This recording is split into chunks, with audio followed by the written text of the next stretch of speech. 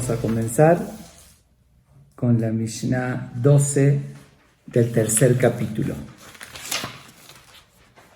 Y como les dije, según una versión,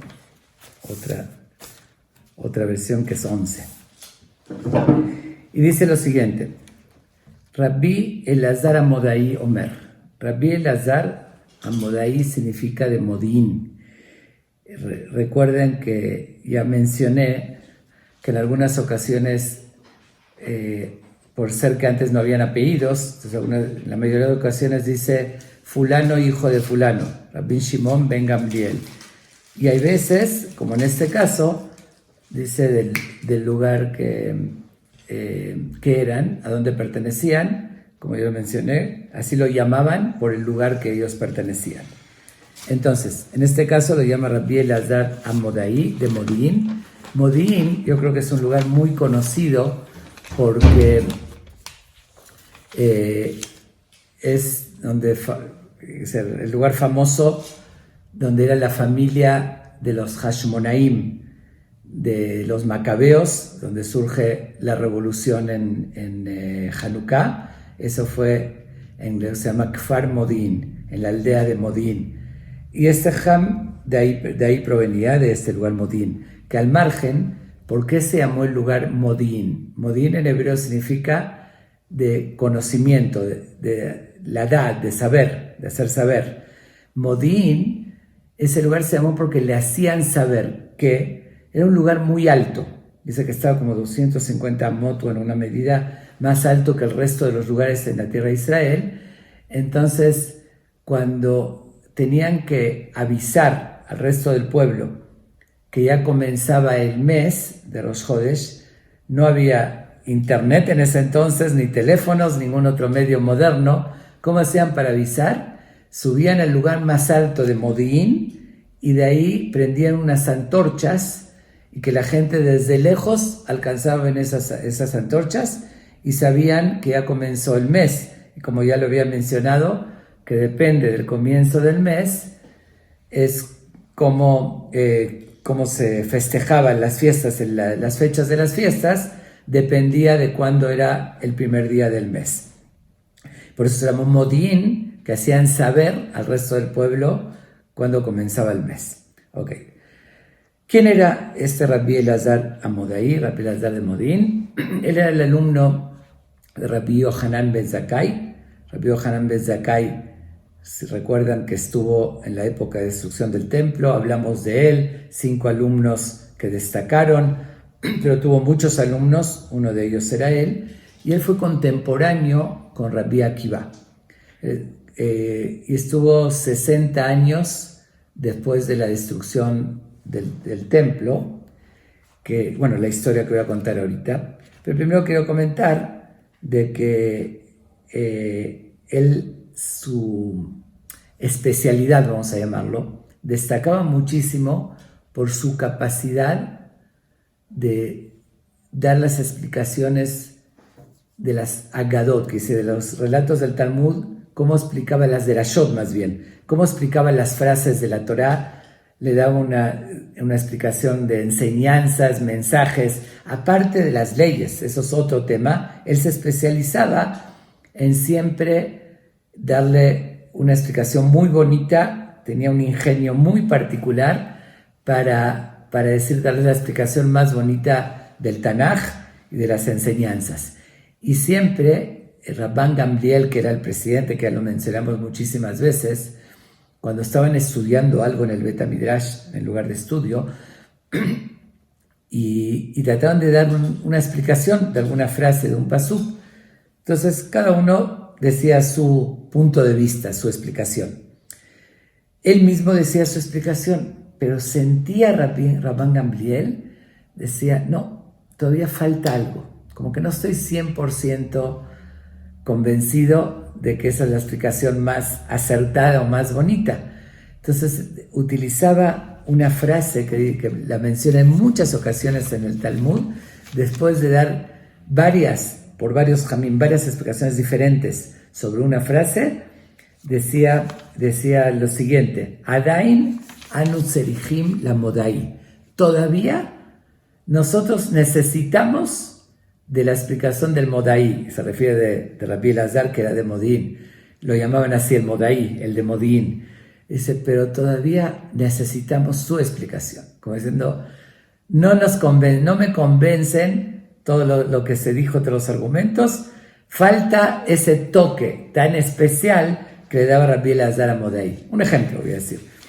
Una vez analizaron sobre la Miglat Esther, ahí relata, como todos conocemos la historia, que Esther Amalcá, cuando quería pedirle al rey de que cancele el decreto de exterminio de todos los judíos, que Amán fue el que la decretó, entonces invitó al rey y a Amán a un banquete muy privado, de ellos tres solamente. Entonces pregunta en el Talmud, ¿por qué invitó a Amán para ese banquete? ¿Cuál era su intención de Esther? Y hay una lista de Jamim que cada uno da una opinión. Uno dice por X razón, un ejemplo.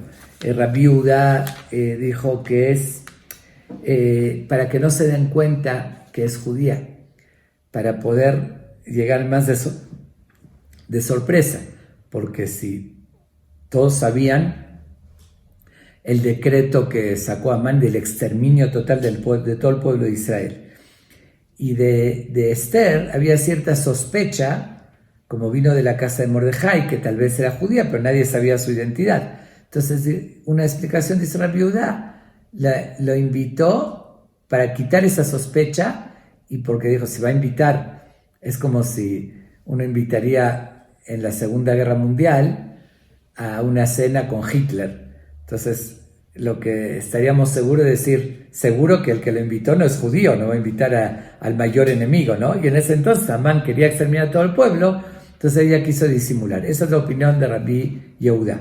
Rabbi Meir, un ejemplo, o Rabbi Yoshua, cada uno decía una cosa. Rabbi Meir dicen, al contrario, ella quería despertar celos y estaba dispuesta a que lo maten a él y a ella. Quería que el rey los mate para que se cancele el decreto, verán el valor de estar dispuesta a sacrificarse. Y así cada uno dijo otra opinión, son muchísimas, no voy a mencionarlas todas, pero Rabban Gamliel, que él también dio una opinión, dijo, Adain anutzihim la modai, todavía no me llena, necesitamos de la opinión del Modai, de Rabbi Elazar Modai. Y efectivamente le piden su opinión, y él dijo, que fue lo más aceptado, que Esther invitó a Amán básicamente para despertar la envidia en los demás ministros, que de todos invita a él, y también el mismo rey, en una cena íntima con el rey, ¿por qué tiene que invitar a un tercero, a Amán? Entonces fue creando una atmósfera, un ambiente negativo contra él, como que fue preparando el ambiente para cuando pida que lo maten o que cancelen el decreto, ya se acumule cierta envidia y cierto coraje y celos hacia él, tanto de los ministros como del mismo rey. Esa fue la opinión de Rabbi Elazar Modai, como muchas otras cosas más, y que fue lo que más como que convenció o más fue aceptado. Entonces era reconocido por su capacidad de siempre darle un sentido a los comentarios de la Torá, a las explicaciones, las enseñanzas. Tenía desarrollado una sensibilidad muy particular para dar una explicación indicada y correcta. Por eso se repite muchísimo en el Talmud que Rabban Gamliel siempre quería oír su opinión. Bueno, eso para que conozcamos cómo era. Ahorita sí voy a regresar. Mencioné que estuvo 60 años, bueno, o más bien lo que ocurrió, esto fue 60 años después de la destrucción del templo. Habían destruido Jerusalén, todo, sin embargo, dejaron la última fortaleza, vamos a llamarlos así, del pueblo de Israel, fue la ciudad de Betar. La ciudad de Betar se la concedieron y dejaron que ahí se concentren los judíos y no la destruyeron los romanos. El famoso, que muy conocido, Bar Kokhba, o como lo llama el Talmud, Bar Kokhba, que era el mismo, emprende una rebelión en Betar.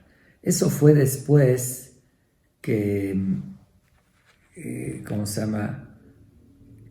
Que Adrianos, el César, hace en el lugar del Bet HaMikdash, lo que se llama alias capitalino, que hace un lugar de idolatría, que se provocó muchísimo el enojo del pueblo.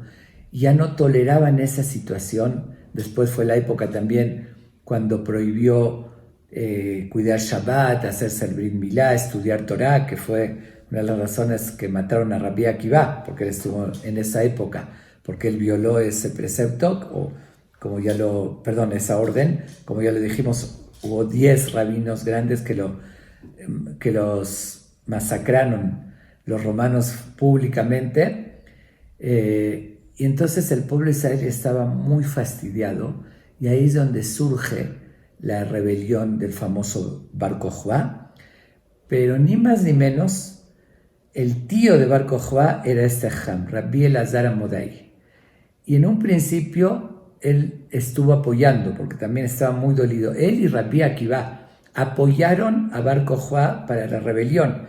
Es decir, ya hacían el llamado a soldados que se unan a ese grupo de rebeldes, soldados para luchar contra los romanos y quitarse el yugo.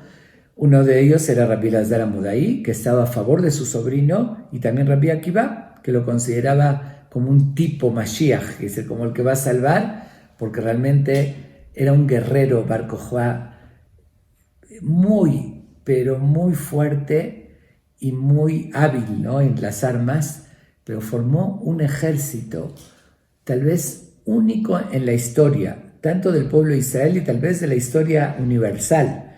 Era algo impresionante cómo seleccionaba los soldados para que entren en su ejército. Obviamente que no aceptaba, no era cualquier mercenario que se ofrecía, aunque tenga el ideal que quería luchar, no lo aceptaba. Tenía que pasar por una serie de pruebas muy difíciles y muy fuertes, de valentía y de fortaleza, para ser aceptado en el ejército de Bar Kokhba. Relata el Talmud que al principio, cómo seleccionaba para su ejército,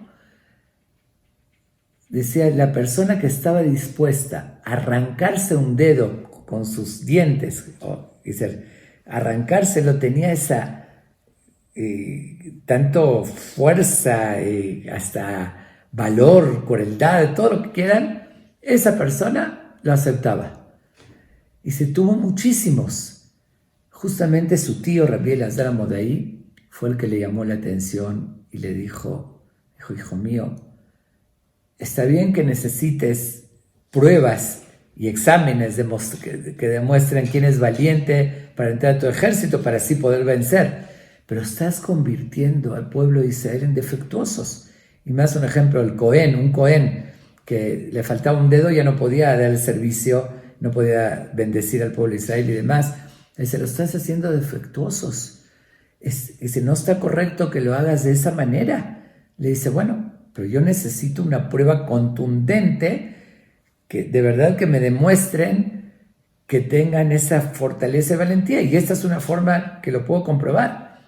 Entonces le dice, ¿de qué otra manera puedo comprobar? Le da una idea a su tío, Rabbi Elazar, y le dice, haz lo siguiente, si tú quieres demostrar o que te demuestren la fuerza que tienen, hazlos que monten un caballo, que vaya el caballo corriendo, y que haya un árbol de cedro, que es muy fuerte, y con un brazo, con una mano, corriendo con el caballo, lo puedan arrancar.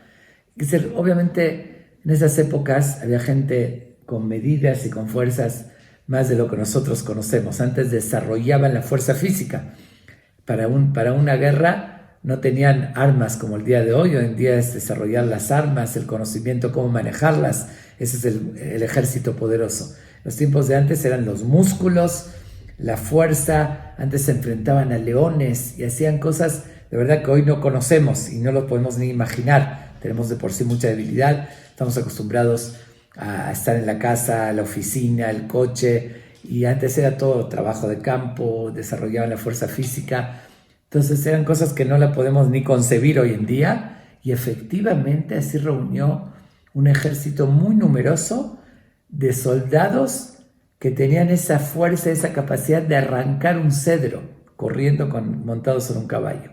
Entonces al final tenía el ejército dividido en dos. Una parte del ejército que ya no tenían un dedo porque se los habían arrancado, y otro que pasaron la prueba de poder arrancar un cedro. Se imaginaban la fuerza que tenían y la habilidad. Y efectivamente eran tan fuertes que los romanos no podían con ellos. Desde que comenzó la rebelión duró 3 años y medio. 3 años y medio que los romanos traían batallones. Dice que habían 18,000, así menciona el Talmud, puntas de lanzas. ¿Qué significa? Antes hacían con metales para romper las murallas, hacían como unas unas como lanzas muy fuertes, y entre muchísima gente las golpeaban las murallas para ir aflojándolas para poder vencer.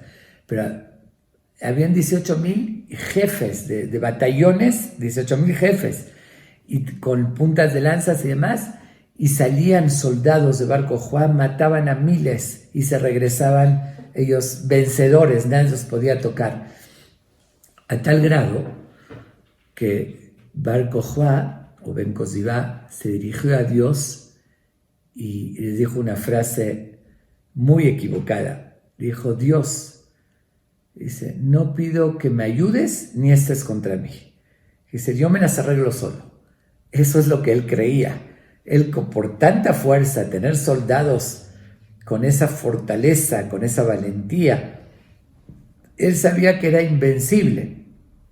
Entonces se equivocó de forma muy grande y dirigiéndose a Dios le dice: Dios, no necesito tu ayuda, tampoco estés contra mí, ni de mi lado, yo me las arreglo solo, de forma natural, por la fuerza de mis soldados y mi fuerza. Y su fuerza era algo sobrenatural. Se agarraba una roca, la aventaba y mataba así a centenares de los enemigos.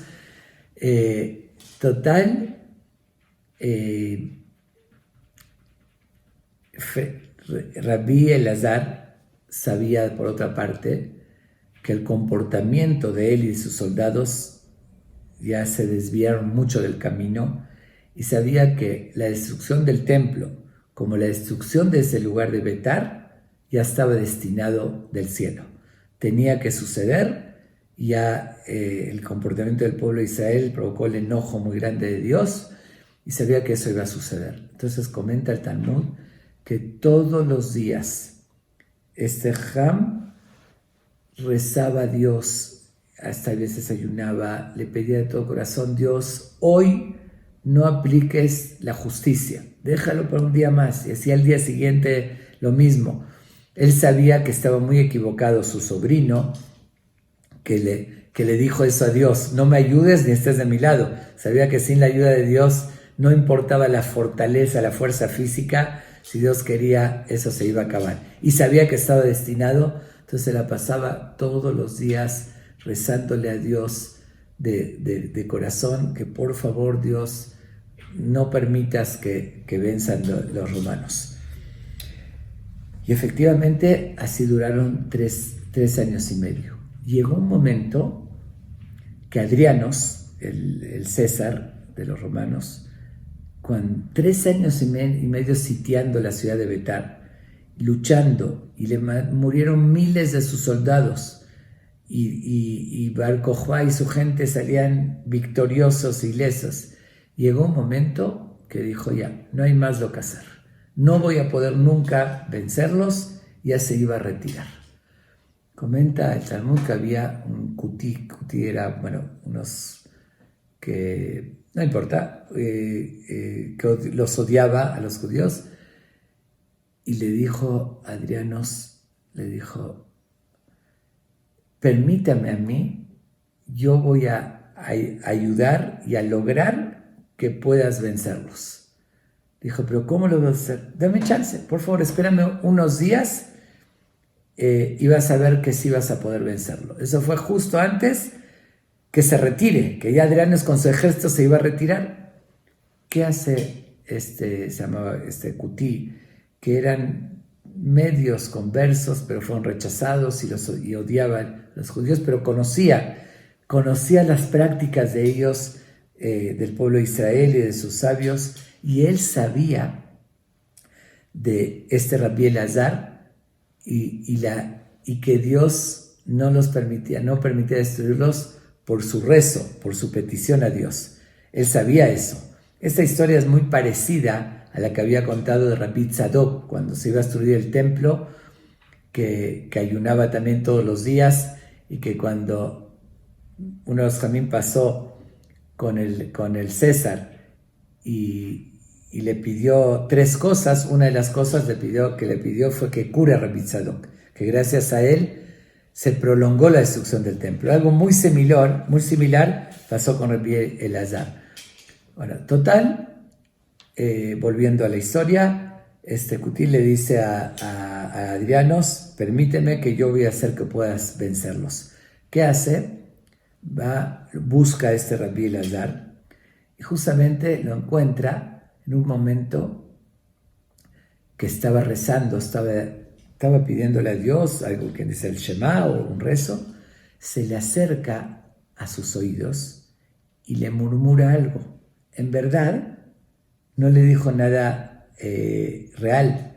Simplemente hizo el show para que lo vean los demás, que le está diciendo algo en secreto a Rabbi Elazar.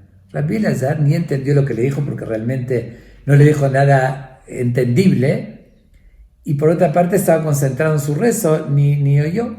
Entonces le dijo algo en secreto y se fue. Inmediatamente la gente de Bar Kokhba, sus soldados, sus guardias, le cuentan a Bar Kokhba: llegó alguien que se identifica con los romanos, no nuestro, y le dijo un secreto a tu tío. Y era un líder muy importante. Lo obedecían muchísimo a Rabbi Elazar. Entonces, ¿qué sospecharon inmediatamente? Que está en complot con él para hacer las paces con los romanos, y ellos no aceptaban eso de ninguna manera. Entonces lo atrapa Bar Kokhba a esta persona, al que le dijo el secreto. Le dice: ¿qué le dijiste a mi tío?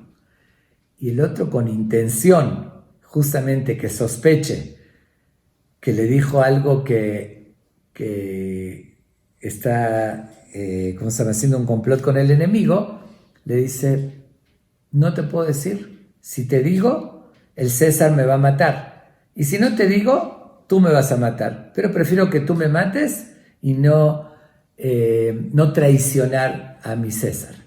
Con esas palabras, que le demostró que efectivamente le había dicho algo como un secreto y que lo convirtió en espía, como un secreto del César. Y obviamente que eran mentiras, lo hizo intencionalmente para despertar esas sospechas. Entonces va con su tío, con Rabbi Elazar, Amodai, y le dice: ¿qué te dijo ese Cutí? ¿Qué te dijo esa persona? Le dijo: no sé nada. Murmuró algo no entendible, y yo estaba en mi rezo y no me dijo nada, no entendí. Estaba diciendo la verdad absoluta. Le vuelve a preguntar, ya enojado, después del comentario del otro, le dijo: es un secreto que no te lo puedo decir, y que la sospecha natural de que está secreteando con el enemigo, lo lógico para él fue de que está haciendo un acuerdo para influir en los judíos para que se rindan y hacer las paces con el enemigo. Entonces le vuelve a preguntar y le vuelve a contestar lo mismo. Le dice: pues nada, no le entendí, dijo algo que se murmuró y ni le oí y ni le entendí. Se enoja Bar Kokhba cuando ve que él lo toma como que no le quiere decir, le da un golpe y lo mata. Lo mata a su propio tío, a ese gran jajam Rabbi Elazar Amodai. En el momento que lo mató, la protección del pueblo de Israel, que era justamente por su mérito, que le pedía todos los días a Dios, y la grandeza que él tenía, Dios le respondía, se acabó. Dice que Después, él era el más fuerte de todos y el que lideraba la resistencia o la rebelión. Dice que pudieron entrar el enemigo y alguien, un soldado de los romanos, fue a presumirle al César que él pudo matar a Bar Kokhba. El César dijo, no te creo, tráeme el cuerpo. Dice, quiero ver el cuerpo y ver las pruebas de la espada que tú lo pudiste matar. Dice, nadie de ustedes podría matarlo a él, la fuerza que tenía. Lo buscan, mandan soldados a buscar, lo encuentran, que perforado su cuerpo, dice, estaba y envuelto con una cobra, una serpiente que lo picó y lo mató. Cuando llegó el momento que se quitó esa protección, ahí es cuando se acabó, ahora sí, el mérito de la protección, y Dios se encargó mismo de que se acabe esa resistencia. Ahí ganaron la guerra, se perdió el líder, pudieron vencerlos, y lo que hicieron en Betar fue una carnicería.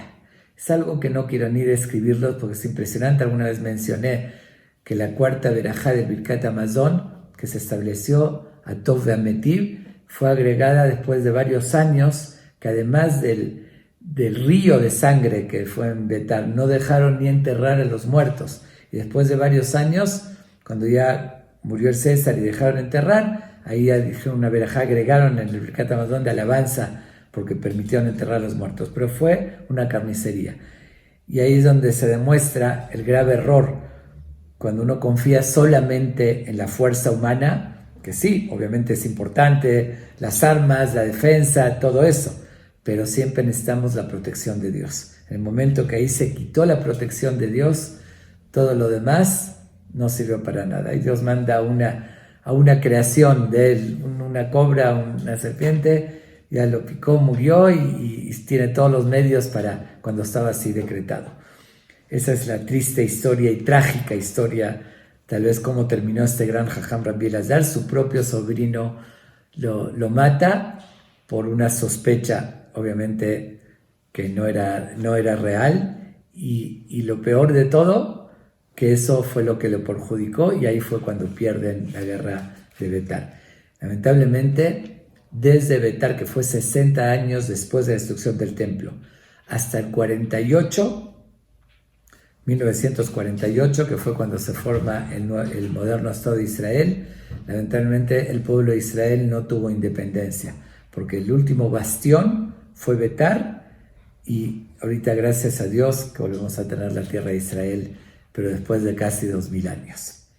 Ok, ahora sí, vamos a ver la enseñanza que nos transmite este Rabbi Elazar Amodai. Rabbi Elazar Amodai solía decir, Amehalel et HaKodashim. Hizo una serie de cosas muy fuertes. Vamos a analizarlas y entender el fondo de esta enseñanza. Dice, aquella persona, Amehalel et HaKodashim, que profana las cosas sagradas. Estamos hablando, bueno, ahí habló en cosas sagradas que había en la época del Bet HaMikdash, tanto los sacrificios como lo que era del Cohen, que dice todo lo que la Torá lo llama Kodesh, que es algo sagrado. Por ejemplo, si uno donaba algo para el Bet HaMikdash o algo que lo hicieron para el templo, se convertía en un utensilio sagrado de Dios, del templo. Y aquella persona que descaradamente la profana, pero no estamos hablando sin intención o por alguna razón que lo llevó una necesidad de lo que sea, sino por descaro. Profanar quiere decir, para mí esto no tiene ningún valor, no es importante.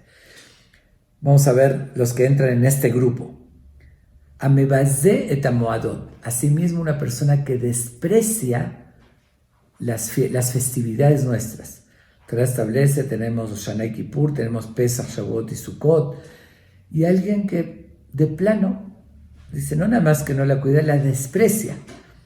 Muchos lo explican en particular, Hol HaMoed. Sabemos que en Pesach, en Sukkot, hay un intermedio, Hol HaMoed, que es el intermedio de la fiesta. Y a veces uno dice, no tiene mucha importancia porque no es el Yom Tov, no es el día más importante, entonces aquí no tiene ningún valor y llega a despreciar la fiesta, que son el Moadei Hashem, Mikrae Kodesh, así lo llama la Torah. Esas son las festividades de Dios, Mikrae Kodesh, son llamadas Kodesh, algo sagrado, santo. Y volvemos a la misma idea, que es algo consagrado por la Torah y la persona lo rechaza, lo profana más bien y lo desprecia. Vuelvo a repetir, todas estas cosas no se refiere a cometer errores, un ejemplo, no respetar la fiesta porque una persona no fue educado a eso, porque por la tentación que le cuesta mucho no trabajar en el día festivo, que sea el día de la fiesta, todo, pero sabe que tiene que es respetable la fiesta, que es una fiesta sagrada, que sé, como muchísima gente que vive la tradición, que obviamente falta y debería cumplir bien las reglas de respeto a la fiesta, pero tampoco entran en este grupo como está aquí calificado. Estamos hablando, no uno porque no fue educado, va al templo tal vez, hace kiddush, todo, nada más que no cuida los detalles y sabe que es importante, sabe que es algo sagrado. No está hablando de esas personas, está hablando el que, por eso dice amebazé, el que la desprecia, que dice el que es algo sagrado y lo está despreciando. Vamos a ver qué dice en este grupo, muy fuerte lo que va a decir. Por eso entendamos que son cosas, violaciones graves. Dice, Ve'amalvin penach havero barrabim, aquella persona que avergüenza a su compañero en público. Ahorita me voy a detener un poquito en esto que es tal vez lo más cercano a nosotros, que uno puede caer en eso, pero quiero terminar la Mishnah, de qué está hablando, y ahorita vamos a volver a la explicación. Dice, Ve'amefer beritosh el Abraham vino a la Bashalom, y el que también el quien viola o anula el pacto de Abraham vino a la Bashalom. ¿Cuál es el pacto de Abraham vino? Todos conocemos que hizo con Dios, es el Brit Milá, que se considera algo también sagrado del pueblo de Israel. Y aquella persona dice, a mí me vale, yo no lo respeto, ni se lo hago a mi hijo, ni para mí no es nada sagrado, que dice que lo está despreciando y violando ese pacto. Ve'amegale panim batorah shelo ka'alajá. Y aquella persona que transforma la Torah, no como la ley, no como sus fuentes, orígenes, que se la transmite diferente, cambiándola, que se la está desvirtuando y distorsionando, y vuelvo a repetir, no se refiere a uno que se equivocó en algo, lo estudió y dijo una ley equivocada, que eso a cualquiera le puede suceder. Estamos hablando que aquí sistemáticamente hace eso, que es el que transmite diferente a lo que es las fuentes y lo que es la ley. Miren lo que dice sobre todo este grupo. Afalpi, sheyesh beyadot Torah ma'asim tovim, aunque esa persona llegó a estudiar Torah, llegó a cumplir ciertas mitzvot, de todos modos, en lo helek l'olam haba, no tiene parte en el mundo venidero.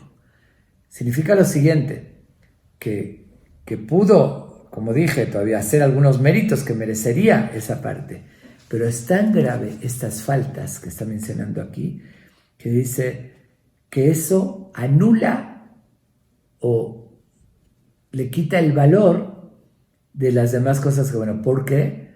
Porque aquí ya es un principio, ya no es caer en un error, como todos podemos caer, todos cometemos errores, por diferentes razones, por debilidad, por un momento de tentación, por un impulso, pero uno sabe que esto no es lo correcto, respetamos a Dios, respetamos a la Torá, y bueno, hay gente que dice, a mí me cuesta mucho cuidar esto, me cuesta mucho hacer este precepto, quisiera, pero lo que está hablando aquí es esas cosas que son sagradas, y uno las profana, las desprecia, y está hablando en diferentes áreas. Si vemos, si analizamos, vamos a ver que una cosa es cosas sagradas del templo, que calificadas por Dios, es un tipo de profanación. Otra, el tiempo, que nosotros consagramos el tiempo, así como el Shabbat, las fiestas, las fechas tienen una energía especial. También reniega en eso, en que se lo profana. Por otra parte, el que avergüenza a una persona en público, es profanar la santidad que tiene el ser humano, que estamos hechos a imagen y semejanza divina. Es otra área de la Torá. El pacto de Dios es el cuerpo, que es sagrado también y por eso tiene como un sello.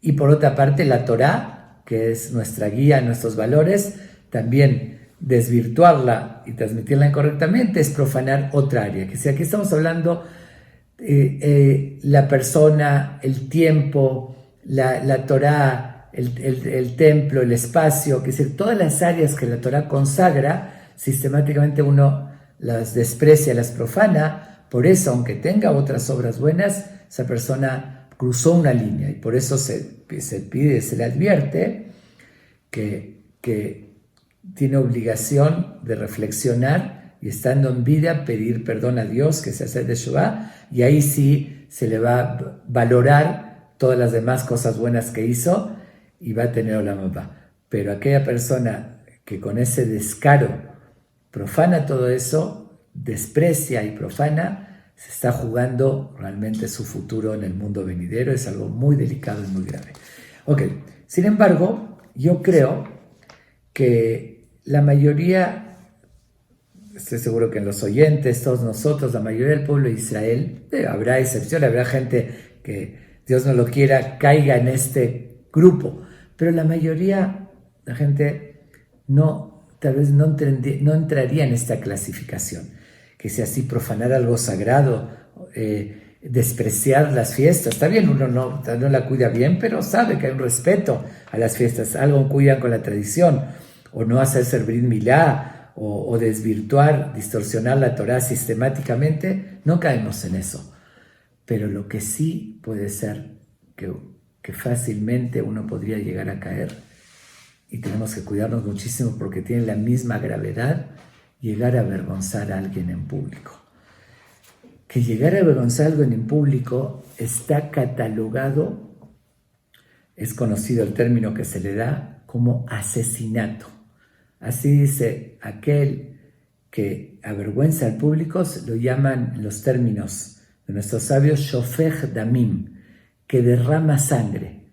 ¿Qué dice que derrama sangre?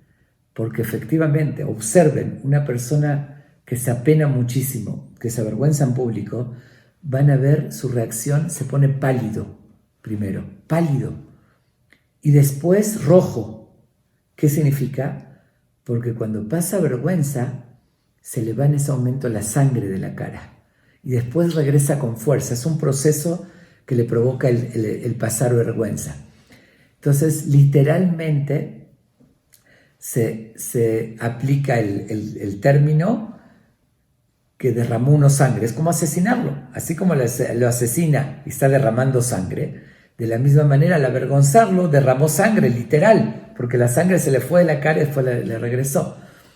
Obviamente que se dice metafóricamente, pero dijeron también nuestros sabios que hay una enseñanza que dice el Talmud, que una persona permita o más bien se arroje a una hoguera, Dios no lo quiera, provocándose la muerte, evitando avergonzar a alguien en público. Y eso se aprende de la historia de la Torá, de Yehudá con su nuera Tamar. Yo no quiero entrar ahorita en la historia, que creo que la mayoría la conocen, que él la dejó embarazada y cuando la iban a condenar, que la encontraron embarazada, creo que creyeron que fue adúltera, ella dijo: yo estoy embarazada del dueño de estas cosas. Si Yehudá no reconocía que eran de él, ella prefería que la condenen y no avergonzarlo. Esa es una de las enseñanzas. Los comentaristas del Talmud, muy conocidos, Tosafot, ellos lo toman literal y lo dicen con una obligación, así como hay una ley que dice que si a una persona lo amenazan y le dicen o asesinas al otro o te asesinamos a ti, uno tiene que dejarse matar y no asesinar. ¿Por qué? Dice el Talmud. ¿Quién te dice, usa un término muy hasta curioso, dice, ¿quién te dice que tu sangre es más roja que la del otro? Que dice, el otro no tiene la culpa que a ti te obligaron, no tienes derecho a levantarte a asesinarlo. Dice, aquí te están amenazando a ti, pero no por la amenaza puedes decir que tú vales más que el otro y tienes derecho a asesinarlo. Según el Tosafot de esos comentaristas, dicen que lo mismo aplicaría si le dicen a una persona que o avergüenzas al otro en público o te matamos, que se tiene que dejar matar. No queda la halajá así, no queda la conclusión, gracias a Dios, porque sería una prueba muy difícil, pero por lo menos vemos que hay una opinión así y la gravedad de eso. Y muchas veces, sin que lo amenacen a uno, hay veces uno como si nada, por algo que se enojó, puede llegar a avergonzar al otro en público. No hay algo más fuerte, no hay algo peor que eso que avergonzar en público. Y también puede ser cualquiera diría, no, yo no sería capaz de hacer eso. Pero muchas veces encontramos razones. Y les voy a decir algo que es muy común y entiendo, no estoy culpando a nadie, sé que nadie lo hace con mala intención, pero sí podemos caer fácilmente. Muchas veces lo argumentamos o lo disfrazamos por hacer un mérito. Voy a hacer una mitzvah. ¿Qué mitzvah? El otro está cometiendo en el CNIS una falta, hizo algo, pues ¿cómo no lo voy a permitir? Y a veces uno se para de vuelta con buena intención, pero igual es un error muy grave. Se para en público y le puede gritar, tiene su celular ahí. Vamos a hablar incluso en casos de verdad que justifica en Shabbat, en Kippur, que sabemos todo muy claro que no se puede ir al CNIS con celular y es una falta. Pero con todo y todo no hay ningún derecho a avergonzarlo en público.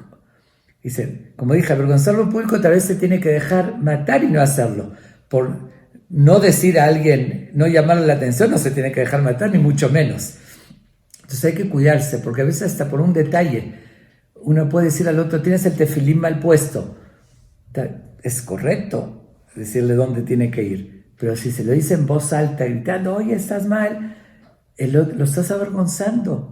Y eso no está haciendo un mérito de ayudarlo, de decir, si de verdad quieres ayudarlo, tienes que acercarte con mucha discreción y decirle con palabras bonitas, oye, creo que no sabes cómo va y te acomodo el tefilín, o aquel que tiene el celular, te le acercas a él en voz baja y decirle, oye, por favor, estamos en el CNIS, aquí por respeto no se usa el celular. Eso está correcto y tenemos que hacerlo, porque tampoco no hay que permitir que se profane un lugar sagrado en un Shabbat y demás. Hay que respetar el lugar y la gente hace conciencia. Muchas veces viene gente que ni está consciente, ¿no? En una fiesta que ni sabe, llegó y hay que hacerle ver y llamar la atención. Pero podemos caer en una violación tan grave como avergonzar a alguien en público, creyendo que estamos haciendo algo bueno de no permitir que, un ejemplo, ¿no? Con un celular en el CNIS. No se permite. Una cosa es decirlo en general, no, cuando se oyen que está sonando el celular, como el Gabay lo puede decir, oigan, por favor, aquí no se permite celular. Eso sí, no estás dirigiéndote a alguien en particular. Pero en el caso de señalar a alguien o dirigirse a alguien en particular, entra en como asesinato, como avergonzar en público y cualquier otra cosa similar. Incluso para llamar la atención, tenemos una mitzvah, ya lo dije muchas veces y lo reitero porque aquí también hay una confusión muy grande. Hay una mitzvah de la Torá que dice, Ojeach tojiach et amiteja, velo tisá el argen. Si ves que el otro está cometiendo un error, estamos hablando religiosamente hablando, faltando, una falta grave, tú no puedes quedarte indiferente. Te tiene que importar como un hermano y le tienes que llamar la atención. Entonces uno dice, bueno, aquí tengo el argumento para decir que si él está haciendo algo malo, si tiene mal puesto el tefilín o cualquier otra falta, le tengo que llamar la atención. Y la Torá me lo está diciendo. Pero hay que leer las frases completas. Termina diciendo el pasuk velot tisá alav het, y no cargues un pecado. Una interpretación que también sencilla, es decir, si no lo haces vas a tener un pecado de culpa de no llamar la atención. Pero lo explican en el Talmud de otra manera. Velot tisá alav het, que significa no cargues un pecado cuando le llames la atención. Si para llamarle la atención lo vas a avergonzar, entonces en vez de hacer algo bueno de cumplir o jajá, de llamar la atención, estás cometiendo un pecado de hacerlo sentir mal y de avergonzarlo. Y si no sabes hacerlo con tacto, con sutileza, para no hacerlo sentir mal, estás libre de cumplir esa mitzvah, que lo haga otro. Dice, pero ¿cómo lo estoy viendo que está haciendo algo mal y tengo que regañarle? No, si no sabes hacerlo de verdad, con amor, sin avergonzarlo, de verdad, en vez de cumplir una mitzvah, estás cometiendo un pecado. Y si no tienes la capacidad, de plano, no lo hagas. Justamente hay una explicación muy bonita sobre lo que dijo el rey Salomón. Hay una frase que dijo el rey Salomón que dice lo siguiente: Al tohaj letz penisraeka, ojea jajam veyabeka. ¿Qué significa? No reproches a un burlón, que sea una persona ligera, que se burla, que no es seria, por si te va a odiar. Reprocha al sabio, al inteligente, y te va a amar. ¿Ok? La explicación básica, sencilla, es como la estamos entendiendo, que al que es ligero no lo podemos reprochar y al sabio sí. Pero lo explican de la siguiente manera, que es una explicación muy bonita. No sé si sea o no la explicación, no es lo que se refiere el rey Salomón, pero la enseñanza sí es muy cierta. Dice, no reproches burlonamente. ¿Qué te pasa? Tú no sabes, que despreciándolo, porque te va a odiar, aunque le estés dando el mensaje. Repróchalo, jajam, diciéndole que es sabio. Al contrario, con palabras bonitas, diciendo, tú que eres tan inteligente, sabio, que tienes valores, tal vez no te queda este detalle. Al contrario, motivándolo. Dice, por eso se explica así, ojea jajam, repróchalo diciéndole que es jajam, que es sabio, que es bueno. Y con palabras bonitas, entonces te va a amar, va a sentir que lo estás haciendo por amor, porque lo quieres ayudar y le quieres dar un buen consejo, entonces ahí te va a amar. Entonces tenemos que cuidarnos muchísimo, porque uno, por una razón u otra, aquí dejo un ejemplo cotidiano que nos puede suceder a cualquiera, por una razón u otra, pues Dios no lo quiera, uno puede llegar a caer en eso de avergonzar al prójimo en público. Y que miren el calificativo tan fuerte que Dios se deja, que aunque tenga otros méritos, no va a tener parte en Olam Haba, porque es algo tan grave, es degradar a un ser humano. Y ser así como todos entendemos que el asesinato es tan grave, porque estás acabando con su vida, pero estás acabando con su cuerpo. Y de esta manera le estás hiriendo profundamente su alma, su sensibilidad. Dice, la humillación que eso representa no tiene paralelo que a una persona sea avergonzada en pública. Y nada lo justifica. Cuidado con decir, no, lo hice porque estuvo mal, tienes razón en todos tus argumentos. Si hay algo que está mal, aunque sea una falta muy grave que haya hecho, puedes llevarlo a un costado y hacerle ver su error.